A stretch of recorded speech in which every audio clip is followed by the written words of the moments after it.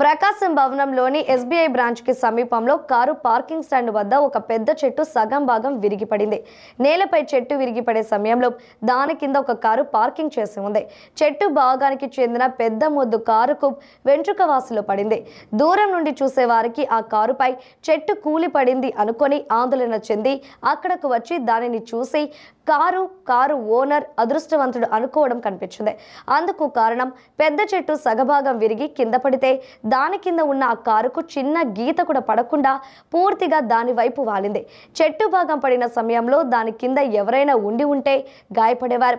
Car parking place కావడంతో అక్కడ car parking చేసిన ప్రతి ఒక్కరు చెట్టు విరిగి పడిన ప్రాంతం, దాని కింద ఉన్న కారు పరిశీలించి తమ కార్లను దూరంగా పార్కింగ్ చేసుకుని వెళ్లారు. కలెక్టరేట్లో ఉన్న చెట్లు అనేక దశాబ్దాల క్రితం నాటారు. వాటిలో కొన్ని ప్రమాదకరంగా ఉన్నాయి. చేతులు కాలాక ఆకులు పట్టుకోవడం కంటే ముందుగానే స్పందించి ప్రమాదకరంగా ఉండే చెట్లను కొట్టివేసి వాటి స్థానాల్లో త్వరగా పెరిగే మొక్కలు నాటాలని పలువురు కోరుతున్నారు.